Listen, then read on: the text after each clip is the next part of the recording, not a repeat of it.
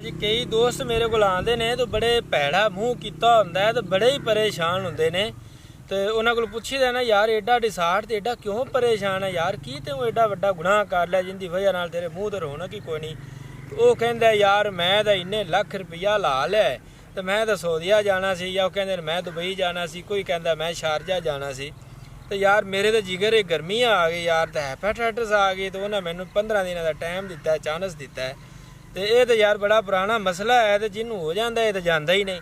तो उन्होंने फिर मैं ना उन्होंने दोस्तों वास्ते मैं वीडियो बनाई उन्होंने उत्थे तो फिर दवाई दे दी है जी दे दी है उन्होंने वास्ते भाई साहब आ वेंदे पै जे आ बूटी इनू गोरखपान सदे ने जी। आ वेखो लाल रत्ती इंदी जिन्ने भी तने ने सारे लाल सुरख ने रैड बिल्कुल। ए भाई साहब ताज़ा बूटी जिन्हों मिल जाए ना गोरखपान इनू सियान लवो। ए भाई साहब तुसी रात नू पानी में इनू भेत रखना है सुबह तुसी इनू मसल लैना है अगर ना भी ताज़ा मिले तो पंसारियां कोल भी मिल जाती है। इनकी निशानी ये हैगी जे भी भे के राती पानी भी रखोगे ना सुबह लाल सुरख शोक बड़ा प्यारा पानी होगा। इनका जैका भी बड़ा प्यारा होंदा जे ते ये सिर्फ 15 दिन तुसी वो पानी पींदा रहना सुबह दोपहर शाम 3 टाइम पी लवै जे ते तुसी उहदे नाल सिर्फ चावल तो गोश्त का परहेज़ करना है कोई भी करेला वगैरह ना इनका भी परहेज़ करना है ताकि तुहाडा जिस्म हीट ना होवे हीट ना पकड़े।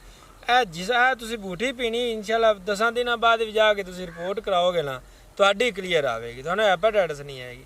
आ वेखो अल्लाह पाक ने किड्डा नजारा खुद रो उगदी है कोई फसल नहीं हैगी भी इन्हू बीजीए तो होंदी है ये अपने आप जंगलात दे विच पानी ते बारिश नाल सारे बाहर जिहड़ियां बूटे ये उग जाती हैगी है। तो आ मेरा भाई हैगी जे गोरखपान है इनका तुसी इस्तेमाल कर रहे कि इंशाल्लाह बिल्कुल ठीक। तो मेरा यूट्यूब चैनल है मेरा भाई इन तुसी सबसक्राइब कर लिया जे ताकि तुहाडे कोल हर आने वाली वीडियो पहुँचती रहे। तो फेसबुक ने पेज में फॉलो कर लिया जे तो सदका जारिया समझते इन शेयर भी किया करो तो लाइक भी किया करो ताकि गरीबों के काम आ जेडे बेचारे परेशान होंगे ना जी उन्होंने को गल पुछण वाली होंदी है भी उन्होंने नाल केड़ा हालात गुजर रहा होंदा मेरा भाई। इस वास्ते तुहानू कहीदा है भी इन तुसी कर दिता करो शेयर कर दिता करो ताकि तुहानू बंदा दुआ देवे यार बेली ने काम दस्या सी तो मैनू बड़ा रास आया है। इन्हें वेखो कोई चीज़ नुकसान वाली नहीं जी बिल्कुल देसी अल्लाह पाक की कुदरत है इन्हें हकीमां दा तलक ही नहीं जिन्ना साढ़े कोल आने वास्ते दुश्वारी पेश आती है वो इत्थे आ जान ए चीज़ ले लैन इंशाल्लाह नानू किसी ना डॉक्टर को ना हकीम को नहीं जाना पैंदा। अल्लाह।